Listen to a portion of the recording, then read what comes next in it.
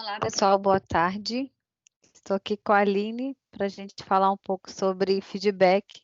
A gente tarda, mas não falha, né, Aline? A gente está para fazer isso já há algum Verdade.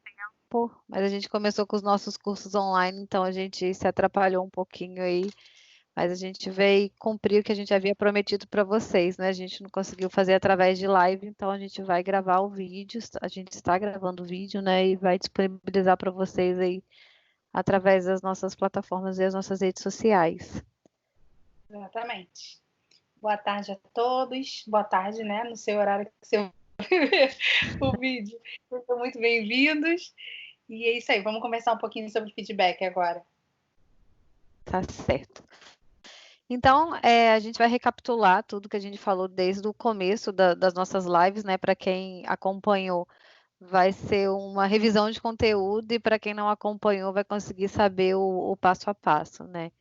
Então, a gente resolveu falar sobre cultura de feedback, muito incentivado por esse momento que a gente está vivendo agora, por tudo que a gente tem lido, a gente tem percebido que empresas que já possuem, né, o feedback em sua cultura, eles estão tendo mais facilidade de lidar com esse momento de pandemia, né, do Covid, por conta das pessoas já estarem habituadas a receberem retorno sobre o seu trabalho, e aí as pessoas já conseguem saber o que que a empresa espera delas, né? Então elas conseguem desenvolver muito mais autonomia no decorrer das suas atividades, e aí não precisa de uma liderança que delegue muito, né? Porque empresas que possuem essa cultura de feedback, as expectativas de performance, de desenvolvimento, de desempenho é muito clara.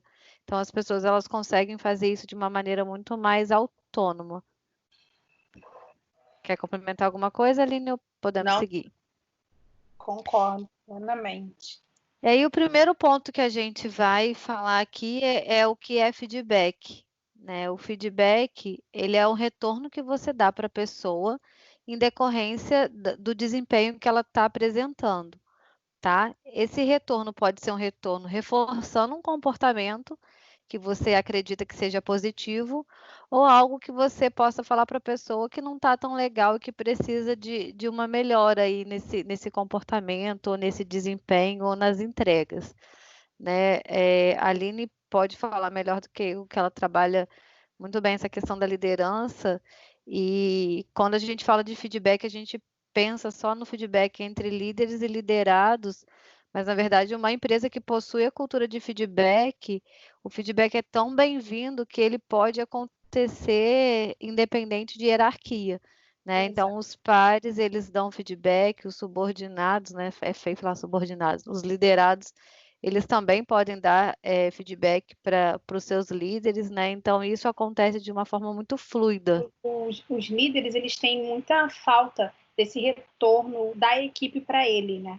E mas isso também está muito relacionado a como nós brasileiros lidamos com o feedback, né? A resistência que a gente tem ao feedback. E aí, quanto liderados, a gente acaba se sentindo inseguro para levar esse tipo de feedback para a liderança. E muitas vezes também essa insegurança é pautada até na imaturidade do líder, né? Que não sabe receber aquele feedback e acaba se tornando um exemplo negativo na hora de receber um feedback e também não evoluindo. Então, o tema feedback é um tema realmente muito importante, porque a gente tem que partir da premissa que ter feedback é algo positivo e é uma realidade que a gente realmente hoje não tem, infelizmente, e é papel da gente, RH, fazer essa estrutura dessa cultura dentro da organização para que as pessoas elas aprendam a não só receber, mas também a aplicar feedback, né? Porque eu vejo muitas empresas, muitos cursos ensinando a aplicar feedback, mas não ensinam a receber,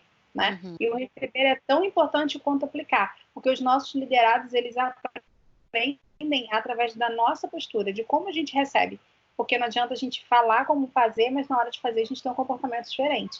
Então, esse realmente, como você falou no início do vídeo, é um assunto muito pertinente para esse momento que a gente está vivendo hoje, e não é à toa que as empresas que já têm essa cultura muito bem estabelecida têm um resultado diferenciado com essa questão do isolamento social, né? Então, a gente tem que pensar aí por todos essas perspectivas do RH, e papel da gente do feedback, né? E é papel da gente como RH construir aí, fomentar essa cultura dentro das organizações, extremamente importante. Você trabalhou num ponto muito legal, que são os relacionamentos, né?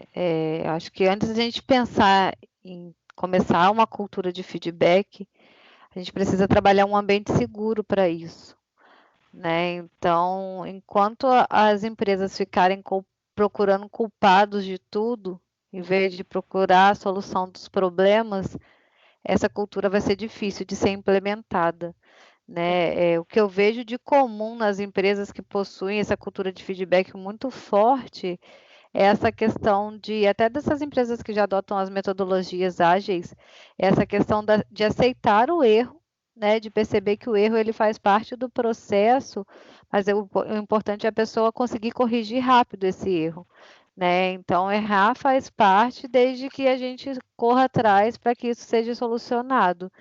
Então, o Quando ponto que você ele tocou bem legal. ele tem que ser bem-vindo, né? Assim, porque ele faz parte do processo. E essa questão que você falou, né, de algo que é anterior à cultura do feedback, a criação da cultura do feedback, realmente está relacionada à autorresponsabilidade. É saber que todos nós somos responsáveis pelos nossos erros, pelos nossos acertos. E quando a gente consegue fazer com que as pessoas entendam isso, que se um problema aconteceu, a gente não está procurando culpado, a gente está procurando os responsáveis para poder aprender com aquele erro e voltar melhor deles, aí sim a gente consegue começar a pensar numa cultura real de feedback, né? Então a É o que a autorresponsabilidade realmente tem que estar presente. É o que a gente falou no curso de cultura organizacional que a gente deu, né? É de criar um ambiente seguro, né? Para que, se por um acaso a gente fala que o feedback é bem-vindo, né? E que o erro é bem-vindo, mas os nossos comportamentos e o comportamento da organização ele não reforça isso, não adianta você ter uma política de feedback muito bem desenhada, se na verdade os nossos comportamentos e o que a organização diz é completamente diferente, né? Então, ponto de partida, a gente nem tinha chegado a esse nível de reflexão nas lives, mas o ponto de partida sempre vai ser a cultura organizacional, né? Então, trabalhar muito bem a cultura organizacional e a comunicação é extremamente importante para que esse feedback ele seja bem aceito dentro da organização. Sim.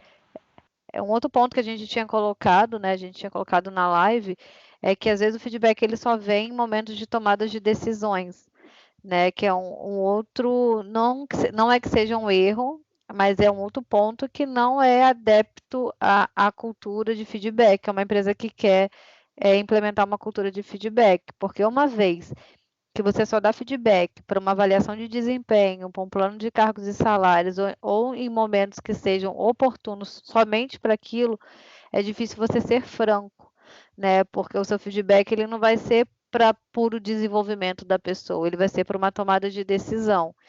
Então, para que os feedbacks eles fluam bem, que eles sejam mais sinceros possíveis, eles precisam estar desvinculados a essa questão de ser feedback porque é uma obrigação e ser feedback porque o feedback é necessário para algum processo andar. E, na verdade, tem algumas organizações, se eu não me engano, foi o Facebook ou é a Google que faz isso. Eles possuem um quadro e você pode fazer reconhecimento das pessoas o tempo todo, que é o quadro de reconhecimento deles, né? Então, eles incentivam muito isso da política do elogio, onde você vai elogiar a pessoa por gratidão por alguma coisa que ela fez, e aí as pessoas começam a aceitar melhor o elogio dentro da organização, porque a princípio é difícil a gente elogiar e é difícil a gente receber um elogio quando isso não faz parte da cultura, né? E o que a gente tem falado muito sobre o poder do hábito é que às vezes quando a gente vai começar com essa cultura de elogios, de reconhecimento e também de feedback de alinhamento, é que no começo vai soar um pouco estranho, né? Você vai fazer de uma maneira meio que mecanizada, meio que robotizada para poder fazer, mas que depois isso acaba se tornando alguma coisa natural, né?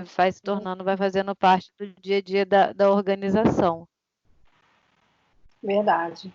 E essa questão que a gente está falando agora sobre feedback ser fluido, ele é muito importante, né? Não só de não ter uma fluidez por precisar tomar uma decisão naquele momento, mas também, às vezes, até mesmo por tabela, né? Ah, eu sou obrigado a fazer isso aqui. e acaba não levando aquilo ali realmente na consideração que precisa ser levado.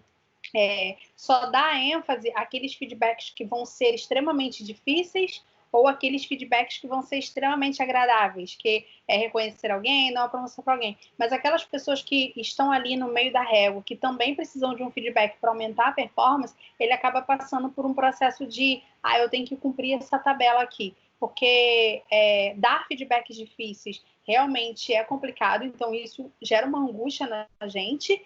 E o feedback extremamente positivo, que é para você reconhecer, promover, ele é agradável. Você, quanto líder, você quer reconhecer os seus colaboradores porque você realmente acredita que eles mereçam aquilo ali. Só que tem aquela galera que está ali no meio da régua e que a gente precisa botar lá para frente também, aumentar a performance dela. E para isso, o feedback ele tem que ser verdadeiro, ele tem que ser realista. E quando a gente deixa para esses momentos, a gente acaba meio que perdendo essa força desse pessoal que está ali precisando de um apoio nosso também, porque a gente fica muito preso a essas outras duas pontas. Isso também é importante.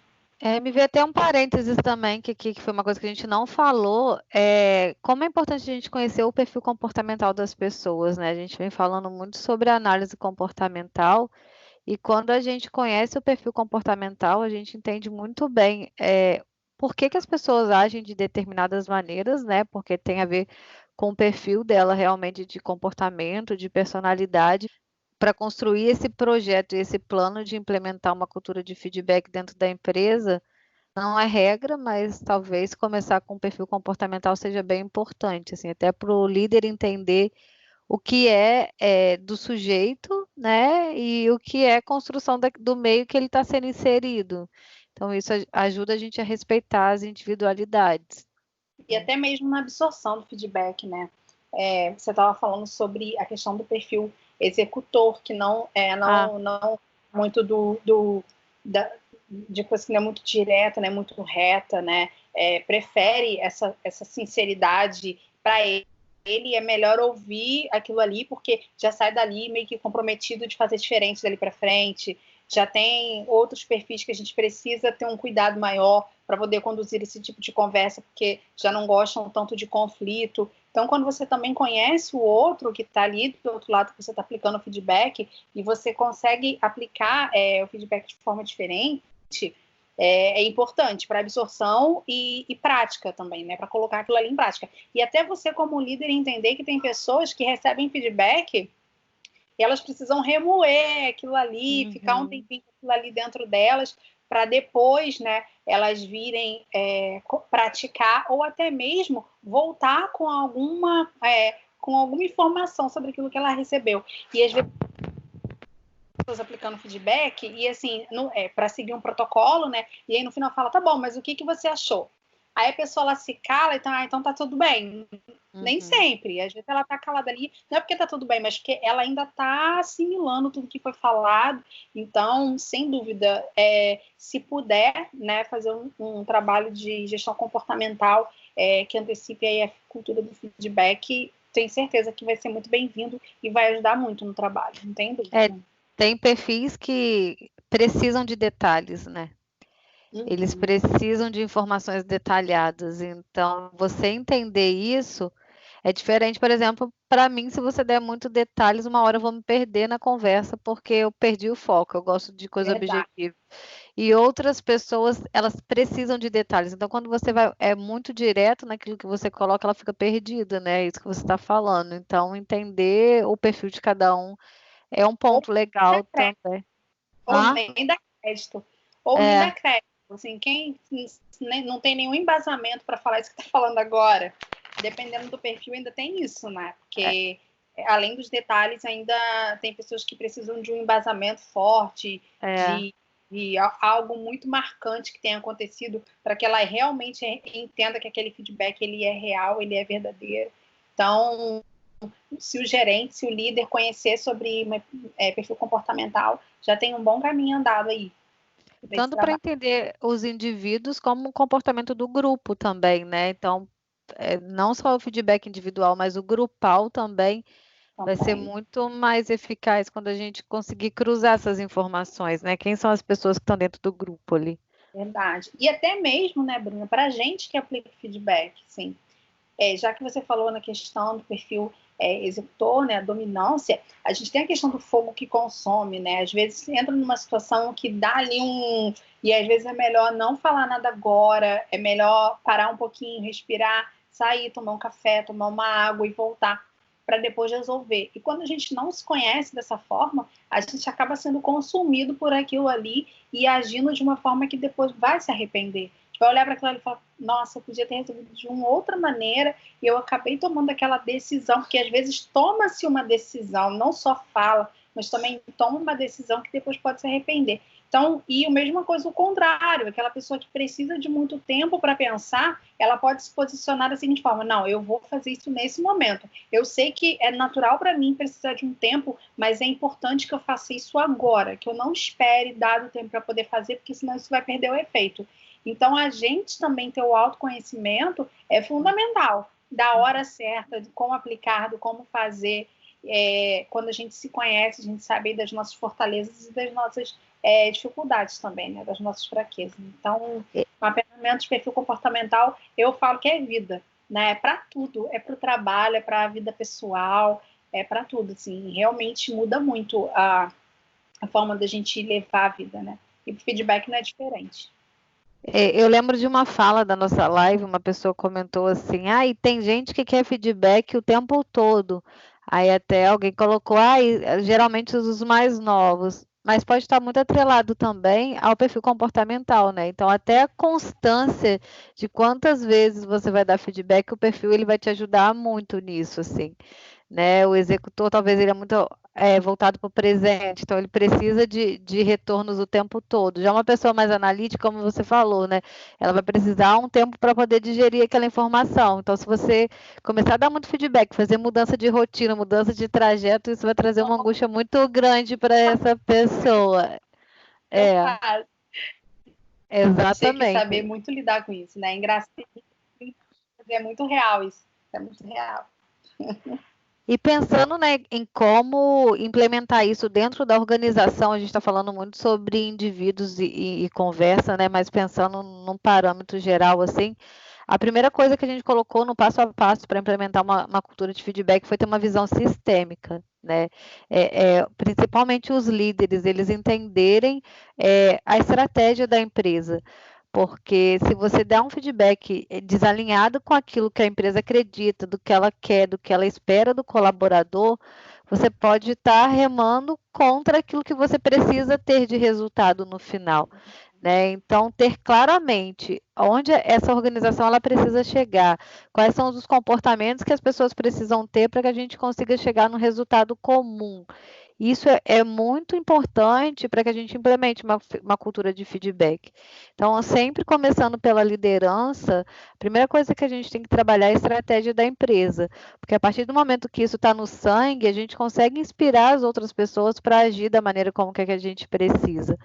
E algumas pessoas não vão agir, tá? A gente falou sobre isso também, algumas pessoas até na live colocou que tiveram problemas psicológicos causados por essa questão do fit cultural, né? Porque a organização ela tem uma estratégia que é maior do que os subgrupos, né? Então vem a organização, depois vem os setores, né? Os departamentos, as equipes e os indivíduos. Então, assim, numa proporção, sempre a estratégia organizacional ela vai estar acima das estratégias individuais. E aí algumas pessoas elas não têm adesão à cultura da empresa e elas recebem muito feedbacks negativos. E se a pessoa não tiver um autoconhecimento muito grande, ela acha que ela é o problema, né? E a gente citou, inclusive, a conversa que a gente teve com o Paulo da RD, e ele fala exatamente isso, que às vezes a pessoa não tem adesão àquela cultura da empresa, mas que brilham em outras organizações. Isso ficou muito marcado para mim, assim. Né, que é importante a gente entender também que uma constância de feedbacks negativos, às vezes, não é porque você está agindo da maneira errada, mas é porque a estratégia da organização, os valores que a organização está colocando para você, não tem a ver com seus valores individuais. E aí você fica numa frustração muito grande. Né? Eu até dei exemplo de coisas que acontecem com a gente, né? Eu sou psicóloga, então assim, tenho muito essa questão da questão comportamental, mas já teve organizações que eu não conseguia me adequar, por exemplo, por ter uma hierarquia muito enraizada, e eu tenho esse perfil de precisar de autonomia.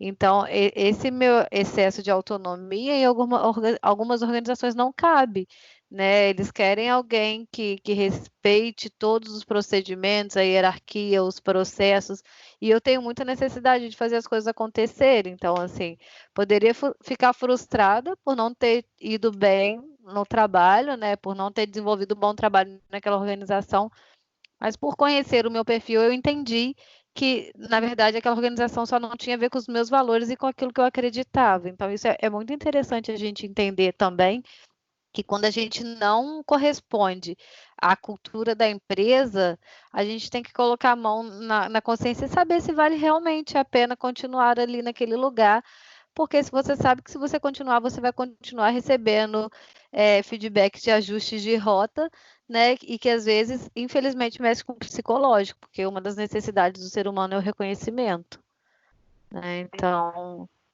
pensando em estratégia, né? É interessante a gente conhecer bem isso. E não só o RH, né, ter a visão sistêmica, mas também colocar todos os líderes na mesma página. Todo mundo entender como é que funciona a organização, quais são os objetivos da organização, por que o feedback é importante para a organização. Uma das coisas que a gente falou na live, que eu acho muito importante a gente trazer aqui, é que o óbvio precisa ser dito. Às vezes a gente acha que aquilo ali é óbvio, não é possível, que não percebeu, não, é possível. A gente tem que entender que o óbvio precisa ser dito, é para a gente falar sobre tudo e é para a gente fazer manual para implementar, não é para a gente contar com a expertise do líder, porque eu já ouvi de profissionais de RH falar assim, gente, um líder que não sabe dar feedback, tá ok, mas assim, é nosso papel ensinar, então a gente não pode acreditar que de toda a liderança, todo o corpo de líderes ali, todo mundo sabe dar feedback perfeitamente, todo mundo sabe lidar com essa situação. Até porque não é isso que a gente vê no mercado, né? Então... Muito pelo contrário, eu acho que exatamente. Tem mais gente, né? Eu me coloco, né, nessa situação que a gente acha que feedback é só você chegar e colocar aquilo que você pensa, né? E, na verdade, existem técnicas para poder fazer isso e maneiras de poder fazer. Então, não é você chegar lá e despejar aquilo que você acredita sobre a pessoa, né? Então, muito pelo contrário, eu acho que tem mais gente que não sabe dar do que acha que dá, né, da maneira correta. E eu fui aprender que não saber dar feedback agora há pouco tempo. Então, assim, porque não é que eu não sabia, né? Não existe dar feedback certo ou dar feedback errado, mas eu descobri uma maneira que era mais eficaz e que o feedback ele era melhor absorvido, né? Então, acho que esse que é o ponto. Não existe receita de bolo, né? Para cada um feedback não começa na hora da aplicação, né? O feedback ele começa antes daquela aplicação ali.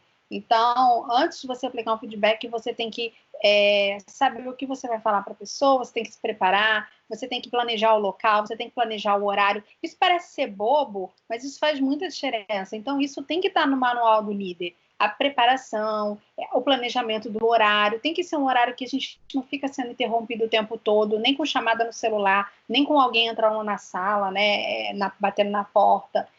Então, todas essas questões elas precisam ser pensadas antes do feedback ser aplicado para que você tenha um sucesso lá na hora. Então, não é só a técnica da aplicação que vai fazer diferença, tem toda uma preparação. E o líder, ele precisa ter acesso a toda essa preparação, né? Como que eu faço antes do feedback, como que eu faço durante, até como eu faço depois, né? Tem pessoas que eu preciso dar um pouco mais de tempo para ela poder entender aquilo que aconteceu. Então, como que eu faço isso? Talvez daqui a uns 5 dias eu chamo aquela pessoa novamente, se eu percebi que a coisa não ficou muito boa, ter a questão do timing, né? Tá percebendo que o feedback está indo por um caminho que não está legal, talvez seja melhor naquele momento ali interromper e voltar no outro momento. Só que tudo isso tem que ser falado, porque quando a gente não fala, a gente pressupõe que o outro sabe.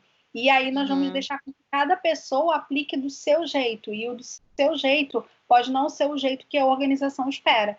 Então, Exatamente. É importante que todos saibam, colocar todo mundo na mesma página é essencial para a gente ter sucesso, né, na construção de uma cultura de feedback, eu não tenho dúvida. E quanto mais o líder conhecer o seu liderado, acho que mais gostoso fica esse feedback, né? Assim, eu lembro, a empresa que eu trabalhava tinha 3.000 colaboradores, e aí eu fui chamada para um jantar que teve na Bahia com todos os gestores e tal, tinha praticamente 100 gestores. E aí, quando o dono da empresa me chamou pelo nome, eu olhei e falei, gente, é quase um artista, né? Eu falei, gente, ele sabe meu nome, né? Ele sabe quem sou eu. E quanto mais informações, né? Depois a gente acaba perdendo isso, né? Que a gente vai aumentando a convivência e a gente não dá valor para essas pequenas coisas, assim. Mas quanto mais informações você sabe sobre aquela pessoa, né? Quanto mais você toca na personalização mesmo, assim, olha, esse momento é seu, sabe? Vamos aproveitar agora que sou eu e você aqui. Né? Então, quanto mais você torna esse processo mais íntimo mesmo do colaborador, mais sincero e mais seguro tem de ser esse ambiente, né? E proporcionar ambiente psicologicamente seguro para os colaboradores é um dos papéis dos líderes, dos RHs e das empresas, né? Com Então, a gente certeza. falou dos 2 pontos, né? A visão sistêmica e o preparo da liderança para implementar a cultura. E agora a gente entra no terceiro ponto, que é o preparo dos colaboradores para receber esse feedback. Né, que a gente fala que muita gente tem dificuldade de receber elogios ou críticas, né? Nem sempre o feedback ele vai ser elogios. E um ponto que eu coloquei aqui como primordial para isso é na integração desse colaborador, né? No onboard, é quando ele chega à empresa. Na verdade, até antes, um pouco no processo seletivo, você explicar para o colaborador que ali possui essa cultura é interessante para o colaborador fazer essa escolha, porque se é uma pessoa que realmente não acredita numa cultura de feedback, isso pode causar algum na hora da escolha ali, ele pode falar que ele não quer fazer parte daquela organização porque aquilo é uma coisa que não faz bem para ele. Né? Então, dentro do processo seletivo, deixar isso claro, mas principalmente quando a pessoa entra dentro da organização. Então, explicar o propósito, o porquê de dar feedback, qual que é a importância do feedback, por que aquela empresa adotou uma cultura de feedback, como a gente gostaria que as pessoas recebessem esse feedback, né, pautado nas questões profissionais e não nas pessoais, é um outro ponto extremamente importante, né, que é o terceiro ponto que a gente entra, que é o preparo do colaborador. Sim. Tá? O outro ponto. Deixa eu só falar sobre essa questão do colaborador. Pode. O outro dia estava. Gente, eu não vou me lembrar agora, mas eu estava vendo algum programa que tinham alguns profissionais de RH e eles estavam falando que tem empresas já que estão adotando o onboarding, né, a integração, antes do processo seletivo. Uhum. Então, assim, para você se candidatar à vaga, você tem que passar pelo onboarding. Esse onboarding ele é online. E eu achei muito interessante isso, porque já mostra para a gente, como empresa, um real interesse daquele candidato em trabalhar ali. Você imagina, antes de você se cadastrar, porque a gente sabe disso, você trabalha com recrutamento e seleção, e eu também, a gente sabe que muita gente se candidata a vaga, às vezes nem porque se identifica com a empresa, mas assim, é porque a vaga está ali, eu vou me candidatar, nem ali mesmo que eu quero trabalhar, mas eu vou. Agora, Tô precisando. quando você bota essa questão ali cara, você vai ter que fazer aqui o onboarding, são 5 vídeos, por exemplo, você vai ter que assistir. Isso aí, se a pessoa ela não tiver interesse, ela já não vai fazer. Ela vai falar, não vou ver não, muito vídeo, não sei o que, não vou. Mas se a pessoa realmente se identifica com aquela empresa, ela tem vontade, ela com certeza vai assistir o vídeo até o final e melhor, né? Ela vai sair daquilo ali com um sentimento assim de orgulho, né? Absurdo, porque ela vai conhecer muita coisa da empresa que ela não sabia antes e a vontade dela trabalhar vai aumentar mais ainda. Então, eu achei muito legal essa questão do onboarding antes do recrutamento e seleção, porque a gente já ganha aí um aumento no recrutamento com fit cultural legal, né? E também fortalece, né, essa questão da pessoa entender a cultura da empresa antes mesmo dela entrar. Para quando ela entrar, ela não tem o que ter dúvida, né? Ela sabia que ali tinha aquela cultura ali funcionava daquela forma e não há dúvida nisso. E, pelo contrário, há uma certeza de que já era assim, por isso ela quis trabalhar ali. Então, achei bem legal essa Você pega possibilidade. naquelas necessidades do ser humano, que é o de pertencimento, né? Ela já entra se sentindo Sim, pertencente à organização. Então, isso é bem legal. Bem legal mesmo. exatamente. Olhando por um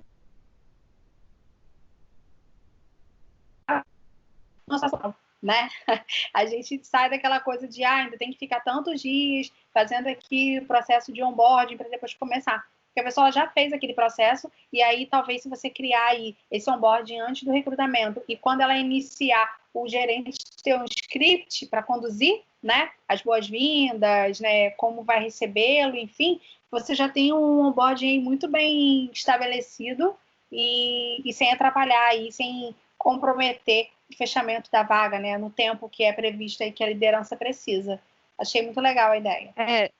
Tem 2 pontos que eu achei interessante aí. Primeiro é a otimização de tempo, né? Porque às vezes você fica esperando resultado de exame admissional, e aí você precisa esperar resultado, às vezes, de algumas avaliações que esse candidato faz, então você consegue otimizar esse tempo.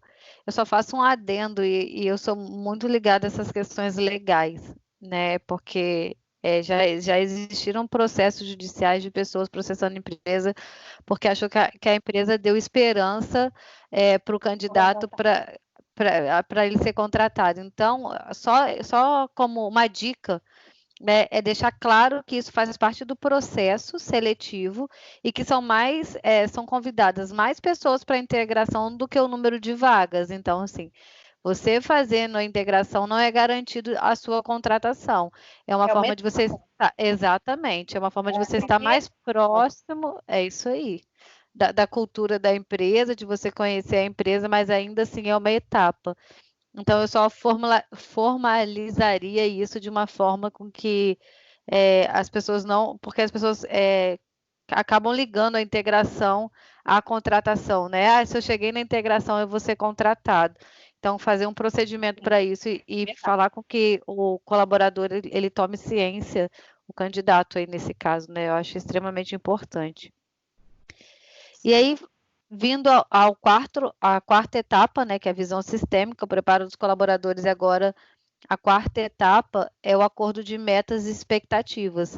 E assim, para a gente chegar nessa quarta etapa, as outras 3 etapas elas precisam estar muito bem, estar rodando muito bem dentro da organização, né? Porque quando você coloca metas e expectativas para a pessoa, você vai dar um feedback, um retorno para ela, em decorrência daquilo que você esperava dela enquanto retorno do trabalho, né? Então a gente entra numa situação que é um pouco mais sensível, né? Mas que se as outras 3 etapas elas tiverem sido executadas de uma maneira legal, que esteja rodando de uma maneira que as pessoas já confiem uma na outra, a gente pode já entrar nessa etapa de metas e expectativas, né? Onde o líder e liderado eles estabelecem metas de performance, tanto metas quantitativas quanto qualitativas, e o feedback ele vem para dar um alinhamento nessas metas mesmo, né?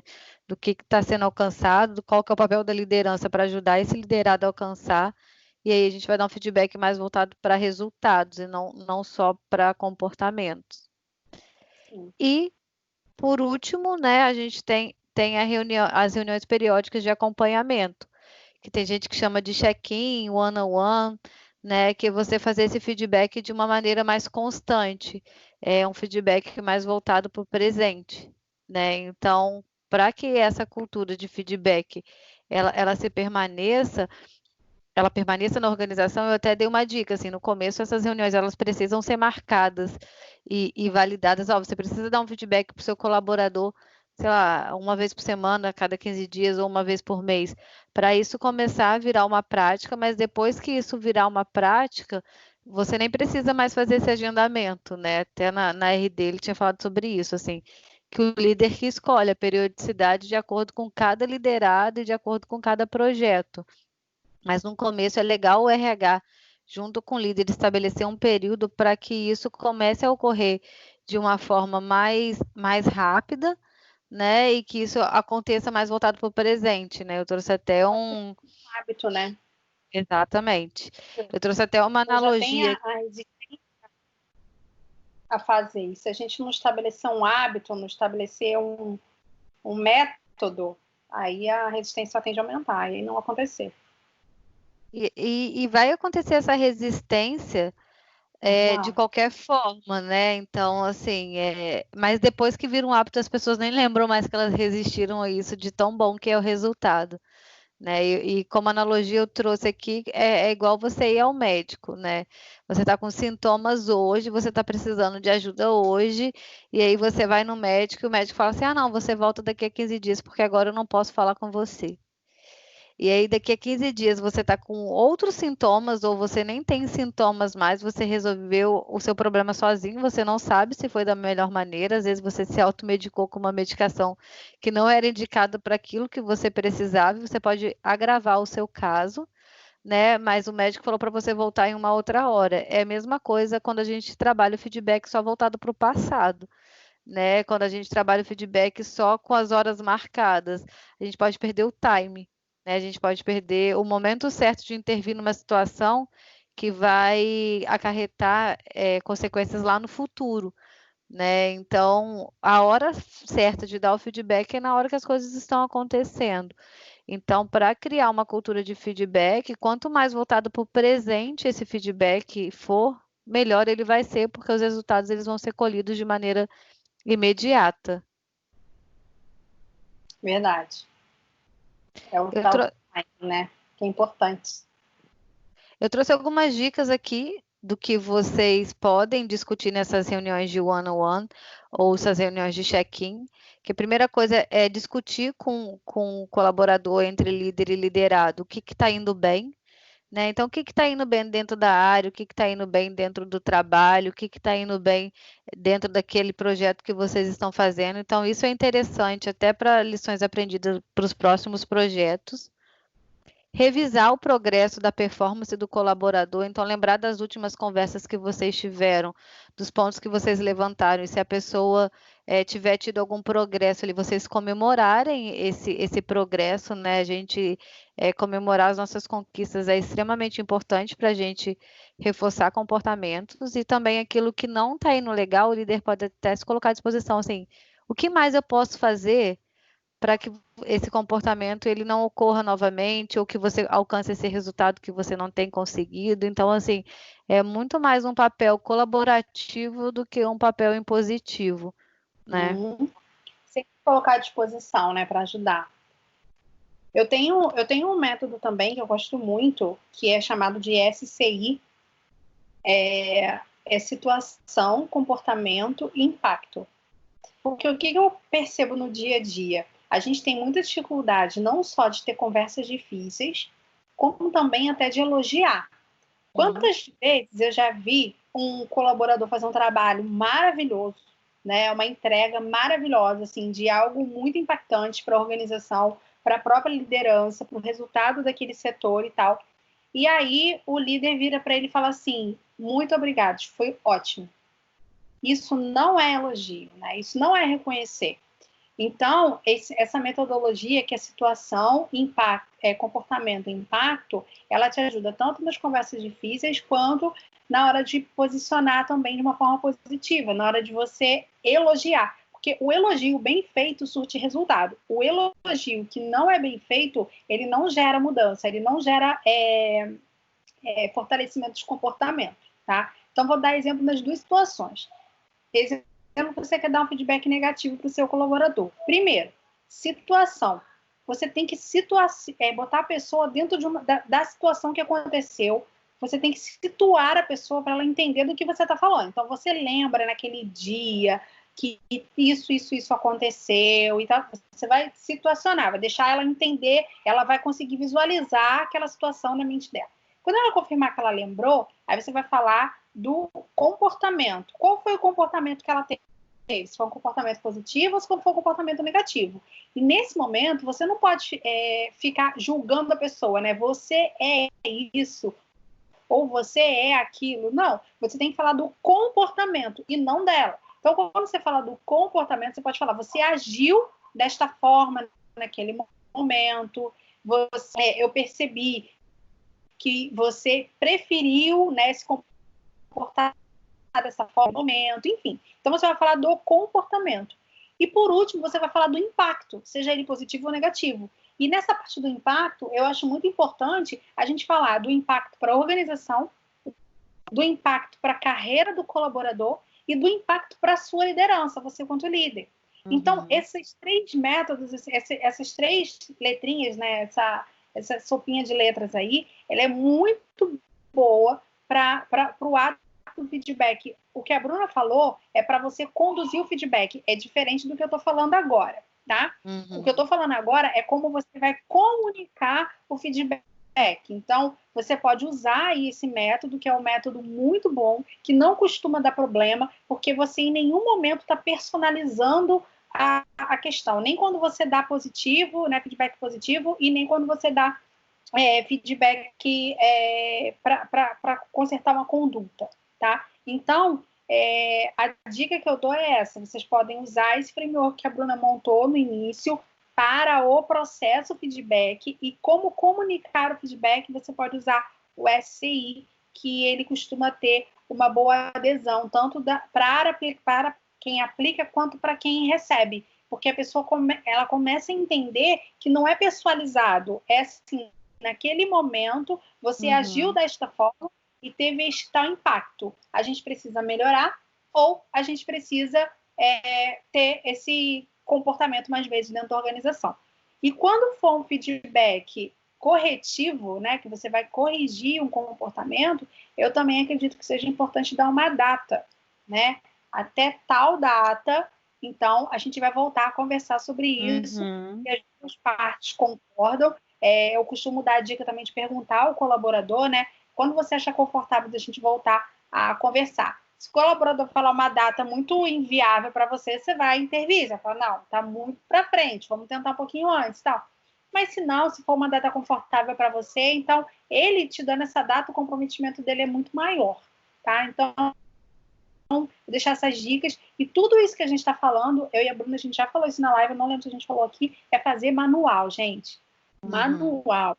Para fazer a implementação, manual para o líder, manual para o colaborador, para eles terem lá o manualzinho na mão deles, para quando tiver dúvida, eles olharem. Essa metodologia do SCI, esse framework que a Bruna fez também, isso é muito importante, a pessoa ter ali do lado dela, para quando ela tiver dúvida, ela só olhar e aplicar. No início vai ser, né, olha e aplica, olha e aplica. Com o tempo, entra na veia e aí a pessoa começa a fazer aquilo ali com muita facilidade no dia a dia. É um processo de adaptação e a gente tem que dar como ferramenta, a gente tem que, como RH, a gente tem que dar ferramenta para os nossos líderes aplicarem o feedback da melhor forma e que realmente vai gerar resultado para a empresa. Porque não adianta ter uma cultura de feedback fajuta, né? O feedback acontece, ele não gera resultado. Então não adianta. Eu ia dar um exemplo de cultura de feedback fajuta quando você falou de marcar uma data com o liderado, e aí nesse dia o liderado ele fica esperando o tempo todo, e aí o gestor fala assim, não deu. Não deu para a gente conversar, a gente acordou ali que a gente ia falar esse dia sobre isso, mas não deu para a gente conversar sobre o assunto. Então, você está mostrando para o colaborador que a cultura de feedback não é importante, esse comportamento é irrelevante. Né? Então, não adianta você ter um negócio muito bem mapeado se os nossos comportamentos eles não reforçam isso. Então, me veio isso na cabeça, né? Porque às vezes acontece muito isso. Vamos marcar não sei o quê, a gente precisa falar sobre isso, e aí o líder não põe na agenda, não dá importância, ou ele coloca, mas outras coisas é sempre mais importante do que essa conversa de feedback, e aí a gente nunca vai conseguir construir uma cultura de feedback quando a gente pensa assim. Verdade. Né? Tem um quadrinho que é legal sobre intensidade e periodicidade, né? Então, se a pessoa tem um alto grau de maturidade dentro da organização, você não precisa dar tão periodicamente assim, porque ele já sabe como as coisas funcionam, eles não gostam muito de se sentir conduzidos, né? As pessoas, quando ela tem um grau de maturidade dentro da organização muito grande, tendem a querer fazer as coisas com mais autonomia. Então, você pode dar com uma periodicidade mais baixa, né, ser menos periódico, com intervalo de tempo maior. Se a pessoa ela apresenta um grau de maturidade maior, você pode, entre aspas, pegar um pouco mais pesado, né? Pesado não no sentido de ser ofensivo, mas pesado nos conteúdos que você coloca para ela ali, né? Nas suas expectativas em relação a ela e o comportamento e as entregas. Em contrapartida, se essa pessoa está chegando agora, ela tem um grau de maturidade mais baixo em relação à organização, você sedimentar, né? Fazer mais vezes com períodos mais curtos, então dar esse feedback mais constantemente, e não precisa ser tão intenso, porque você consegue diluir né, esse conteúdo através desses feedbacks que você dá com maior periodicidade. Então, acho que é uma ferramenta interessante também para a gente pensar aí no manual. Uma boa forma. E aí, depois, né? A gente tem que dizer tudo que é óbvio, né? Como a gente tem que dizer tudo que é óbvio, também dizer o que é uma pessoa mais madura, né? O que é uma pessoa menos madura profissionalmente, porque para cada organização vai ter uma realidade. É igual falar de curto prazo, médio prazo, né? Longo prazo, né? Cada organização tem o seu. Então, quanto tempo de organização também, quanto tempo de experiência profissional, cada organização vai ter a sua, mas é muito importante colocar isso no manual também, para o líder ele entender, porque se a gente não coloca, se a gente só falar, esse quadrinho ele é maravilhoso, que a Bruna deu, e ajuda muito o líder na hora de desenvolver a equipe, até mesmo no processo de delegar, e a gente pode falar sobre delegar um outro dia, mas essa questão, ela ajuda muito.